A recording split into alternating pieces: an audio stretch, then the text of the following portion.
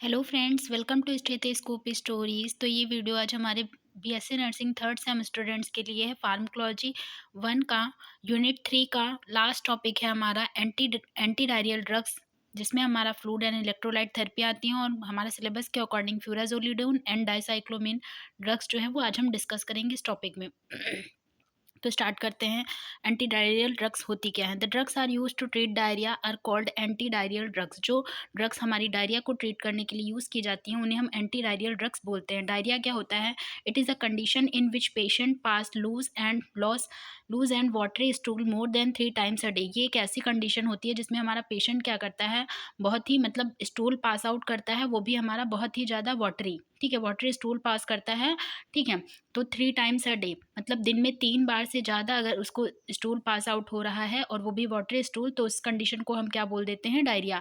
और डायरिया जो होता है वो हमारा 2 टाइप का होता है, एक acute diarrhoea and prolong diarrhoea. Acute diarrhoea क्या होता है? If diarrhoea continues for 1-2 days it is called acute diarrhoea. जब हमारा डायरिया 1 से 2 दिन के लिए होता है, सिर्फ हमारा 1 से 2 दिन के लिए हो रहा है, तो उस कंडीशन को हम अक्यूट डायरिया बोलते हैं। अगर ये कंडीशन 2 दिन से ज़्यादा की हो जाती है, डायरिया हमारा 2 दिन से ज़्यादा का हो जाता है, तो उस कंडीशन को हम प्रोलॉन्ग डायरिया बोलते हैं, ठीक है। अब बात करेंगे in diarrhoea motility of GIT increased. Diarrhoea की कंडीशन में क्या होता है, हमारा जो गैस्ट्रो इंटेस्टाइनल ट्रैक्ट होता है उसकी मूवमेंट जो होती है वो क्या हो जाती है?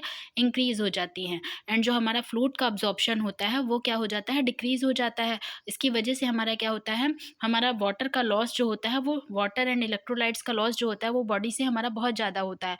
और मोस्टली हमारा कौन सा इलेक्ट्रोलाइट जो होता है वो ज़्यादा लूज होता है? वो हमारा होता है सोडियम, ठीक है। तो क्या करें, in diarrhoea motility of GIT increased, fluid absorption decrease and causes a loss of water and electrolytes in the body. Antidiarrheals are the group of drugs which are used to relieve symptoms of diarrhea and the effect of it but do not cure the problem। Antidiarrheal drugs जो होती हैं वो क्या करती हैं, हमारे जो diarrhoea के सिम्टम्स होती हैं उनको क्या करती हैं? कम करती हैं, लेकिन ये प्रॉब्लम को बिल्कुल ठीक नहीं कर पाती हैं। अब बात करेंगे हम इसके क्लासिफिकेशंस की और इंडिकेशंस की, ठीक है। तो इसकी क्लास 1 में हमारी आती है अब्जॉर्बेंट। अब्जॉर्बेंट्स क्या होती है, मतलब हमारा फ्लूइड इसमें अब्जॉर्ब नहीं हो पा रहा था तो हम अब्जॉर्बेंट देंगे जिससे हमारा फ्लूइड अब्जॉर्ब होगा और जो हमारा डायरिया होगा वो ठीक होगा, ठीक है। तो अब्जॉर्बेंट में हमारी कौन कौन सी ड्रग्स आती हैं? हमारी हो गई ispaghula, psyllium and methyl cellulose, okay. इसके इंडिकेशन की बात करें तो जब मतलब किस कंडीशन में देंगे हम ये अब्जॉर्बेंट, जो हमारा इरिटेबल बावल सिंड्रोम है, ठीक है, एंड इलियोस्टोमी एंड कोलियोस्टोमी डायरिया, मतलब कोलोस्टोमी हुई है, ठीक है, तो उस कंडीशन में डायरिया अगर हो रहा है, कोलियोस्टोमी का प्रोसीजर हुआ है या इलियोस्टोमी का प्रोसीजर हुआ है, उस कंडीशन के बाद अगर हमारा डायरिया हो रहा है तो उस कंडीशन में हम अब्जॉर्बेंट्स देंगे, ठीक है। दूसरी क्लास हमारी आती है एंटी सिक्रीटरी। एंटी सिक्रीटरी में मतलब जो हमारा सिक्रीशन हो रहा है ना, हमारा फ्लूइड्स का एंड जो हमारे इलेक्ट्रोलाइट्स हो रहे हैं उनका वो लेवल जो हो रहा है वो कम हो रहा है सिक्रीशन, तो उनको रोकने का काम करेगा कि वो हमारा सिक्रीशन ना हो, ठीक है। तो इसके लिए हम एंटी सिक्रेटरी ड्रग्स देंगे जिसमें हमारी आती है मिसालाजाइन, बिस्मथ सब सेलिसाइलेट, ठीक है, एंड सल्फासालाजाइन। ये कुछ ड्रग्स हैं हमारी जो हमारी एंटी सिक्रेटरी एजेंट्स में आती हैं। और ये किस कंडीशन में देंगे? जब हमारा अल्सरेटिव कोलाइटिस की वजह से डायरिया हो रहा है या ट्रेवलर्स डायरिया हो रहा है, मतलब अल्सरेटिव कोलाइटिस मतलब हमारे कोलोन में क्या हो गया है? अल्सर हो गया है, ओके।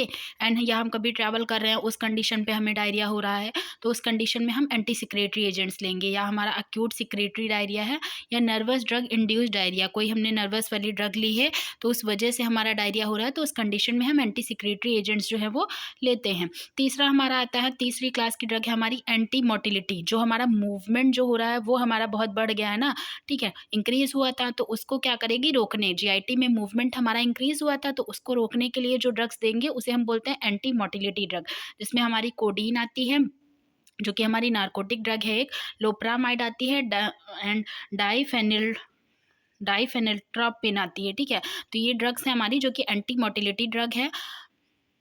एंड इंडिकेशंस की बात करें तो नॉन इफेक्टिव और माइल्ड ट्रैवलर डायरिया, ठीक है। क्या कह रहे हैं कि अगर हमारा थोड़ा-सा मतलब ट्रैवलर्स डायरिया हुआ है तो उस कंडीशन में हम देंगे। And idiopathic diarrhoea in AIDS, AIDS की कंडीशन में डायरिया हो रहा है एंड आफ्टर एनल सर्जरी या कोलोस्टोमी, एनल सर्जरी के बाद देंगे या कोलोस्टोमी के बाद हमारा डायरिया हो रहा है तो उस कंडीशन में हम ये देंगे। तो हम बात करेंगे फ्यूराजोलिडोन ड्रग की, तो ये क्या है हमारा? It is a nitrofuran anti microbial agent and it is used as treatment for diarrhoea caused by protozoa और बैक्टीरियल इन्फेक्शन। अगर हमारा जो डायरिया है वो किसी मतलब मतलब बैक्टीरिया या प्रोटोजोआ के इन्फेक्शन की वजह से हुआ है, ठीक है, मतलब उसका कॉज जो है वो कोई बैक्टीरियल इन्फेक्शन या प्रोटोजोअल इन्फेक्शन की वजह से हुआ है, तो उस कंडीशन में हम फ्यूराजोलिडोन जो है वो देंगे। And it is also used for therapeutic indication of treatment of cholera. और ये जो ड्रग्स है हमारी फ्यूराजोलिडोन, वो हमारे कॉलेरा, मतलब कॉलेरा एक बीमारी होती है, ठीक है, तो उस कंडीशन में भी क्या है हम देते हैं, ठीक है। फ्यूराजोलिडोन के मैकेनिज्म ऑफ एक्शन की बात करें तो ये क्या करता है, it bind DNA and induce the cross link. ये क्या करता है, हमारे डीएनए से बाइंड करता है और क्रॉस लिंक को क्या करता है, रोकता है। And its bactericidal activity cause interference और DNA replication and protein production. इसका मतलब इसकी एक्टिविटी कैसी है, बैक्टीरिसिडल, मतलब बैक्टीरिया को क्या करता है, किल करता है।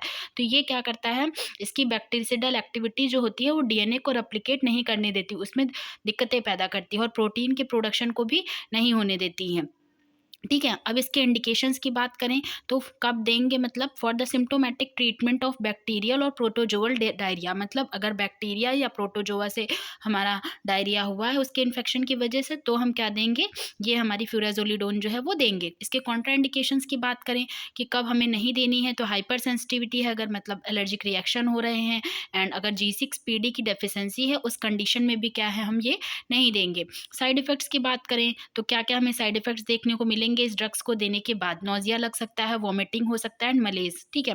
एंड बात करें इसकी डोज की तो यूजुअल अडल्ट एंड अडोलसेंट्स डोज की बात करेंगे तो हमारा क्या है, ओरल अगर हम देखते हैं तो 1 टैबलेट देंगे 100 mg QID, ठीक है, एक टैबलेट देंगे वो भी हमारी 100 mg की होगी। एंड लिक्विड कंपोजिशन में अगर हम दे रहे हैं तो 2 ट्यूब देंगे, 2 ट्यूब देंगे 15 ml पर टी, ठीक है, 15 ml देंगे, ठीक है। फिर उसके बाद चिल्ड्रंस की बात करें तो ओरल में ओरली अगर हम देंगे तो हाफ टैबलेट, मतलब हम बड़ों को 100 दे रहे थे तो यहाँ पे हम बच्चों को 50 mg देंगे। एंड लिक्विड कंपोजिशन में देंगे तो हाफ ट्यूब देंगे, ठीक है।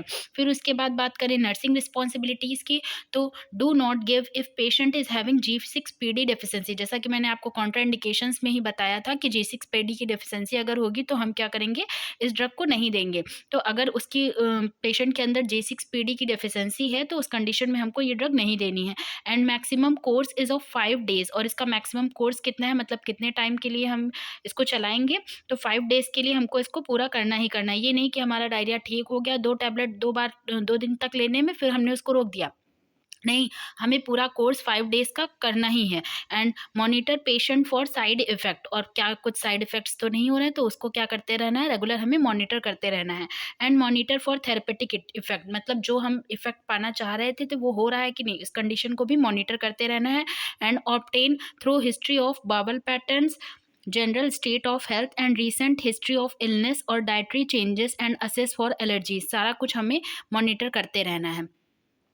बात करेंगे अब हम डाइसाइक्लोमाइन की तो फ्यूराजोलिडोन वहीं पे हमारा खत्म होता है। डाइसाइक्लोमाइन क्या है, it is a anticholinergic agent used to treat irritable bowel syndrome. ये क्या है, हमारी एक एंटीकोलिनर्जिक ड्रग के अंदर आती है, ठीक है, एंटीकोलिनर्जिक इसकी क्लास है और ये क्या करती है, इरिटेबल बावल सिंड्रोम को ट्रीट करने के लिए दी जाती है। तो बात करेंगे इसके मैकेनिज्म ऑफ एक्शन की तो क्या कह रहा है, due to its anticholinergic activity it relaxes the smooth muscles of the intestine. इसकी एंटीकोलिनर्जिक एक्टिविटी के कारण ये क्या करता है, हमारी जो इंटेस्टाइन की स्मूथ मसल्स होती है उसको क्या करता है, रिलैक्स करता है, ठीक है। एंड मतलब उसकी मोटिलिटी को कम करेगा, इंटेस्टाइन की स्मूथ मसल्स को रिलैक्स करेगा, फिर मूवमेंट को कम करेगा, जिससे हमारा क्या होगा, डायरिया ठीक होगा। एंड इंडिकेशंस क्या होगा, फंक्शनल बावल डिसऑर्डर में देते हैं एंड इरिटेबल बावल सिंड्रोम है इस कंडीशन में देते हैं। कॉन्ट्रा इंडिकेशंस की बात करें कि कब हमें ये नहीं देनी है, अगर उससे हाइपर सेंसिटिविटी हो रही है ड्रग से, ठीक है, या उसके फॉर्मुलेशन से, तब हम नहीं देंगे, या अक्यूट लिवर इंजरी है उस कंडीशन में नहीं देना है, ग्लोकोमा की कंडीशन में नहीं देना है, एंड GERD की कंडीशन में नहीं देंगे, एंड अल्सरेटिव कोलाइटिस में कॉन्ट्राइंडिकेटेड है ये ड्रग, एंड मिस्थेनिया ग्रेविस में भी हमें इसको नहीं प्रोवाइड करनी है। कुछ इसके साइड इफ़ेक्ट्स की बात कर लेते हैं तो हमारा ड्राई माउथ होगा, ब्लरी विजन होगा एंड ड्राउजीनेस देखने को मिलेगा इस ड्रग्स को देने के बाद में। अब इसके डोज की बात करें तो हमारा अडल्ट एंड अडोलसेंट्स में देखें तो हमारा 1 टैबलेट देनी है, वो भी हमारा कितना 20 mg, ठीक है। एंड क्यूआईडी देंगे। नर्सिंग रिस्पॉन्सिबिलिटीज़ की बात करें तो check the liver function test of the patient, ठीक है। मतलब क्या करना है हमको, उसका लिवर फंक्शन टेस्ट जो है वो पेशेंट का करना है कि लिवर जो है वो प्रॉपर फंक्शन कर रहा है कि नहीं। And ensure patient has no acute liver injury, और कंफर्म कर लेना है कि पेशेंट को कहीं लिवर इंजरी तो नहीं है, तो अगर होगी तो उस कंडीशन में हमें ये डाइसाइक्लोमाइन नहीं प्रोवाइड करनी है। And monitor patient for side effect, और हमको पेशेंट को रेगुलर मॉनिटर करते रहना है कि कोई साइड इफ़ेक्ट्स तो नहीं हो रहे हैं। तो ये यहाँ पे हमारा एंटी डायरियल ड्रग्स हमारी जो होती हैं वो यहीं पे क्लोज़ होती हैं, और ये हमारा 3rd यूनिट जो है यहीं पे ख़त्म होता है। तो आशा करती हूँ आप लोग को वीडियो अच्छी लगी होगी। वीडियो अच्छी लगी हो तो लाइक करिएगा, कमेंट कीजिए एंड चैनल को सब्सक्राइब करिए। थैंक यू, और अपने दोस्तों के साथ भी शेयर करिए। Thank you.